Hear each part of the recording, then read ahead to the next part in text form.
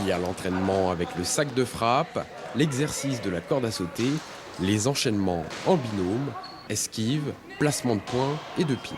Si j'avance, qu'est-ce que tu fais? Voilà, pour être à ta distance, pour me toucher et que je puisse pas te toucher. La boxe éducative, c'est les mêmes règles que la boxe anglaise, à une exception près. On a l'interdiction de frapper. On a juste le droit de toucher son adversaire pour ne pas nuire à son intégrité physique en fait. La section boxe a eu de l'engouement au Collège Saint-Louis. Plus du tiers des élèves ont préféré cette option plutôt que le latin ou l'anglais renforcé. La discipline sportive et sa rigueur pourraient bien déteindre sur les collégiens. La boxe, ça canalise les énergies, ça c'est très important, et ça apprend surtout le respect des règles.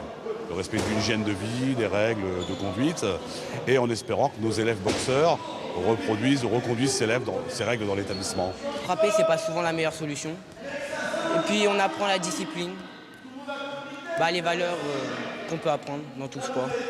Ces cours n'auraient jamais vu le jour sans le partenariat avec le club de boxe de Montargis, avec la mise à disposition de la salle, d'un entraîneur et des équipements.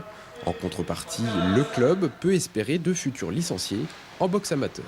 Là, c'est le début de l'année, donc on ne sait pas encore quand on va mettre les gants, etc., ce que ça va donner.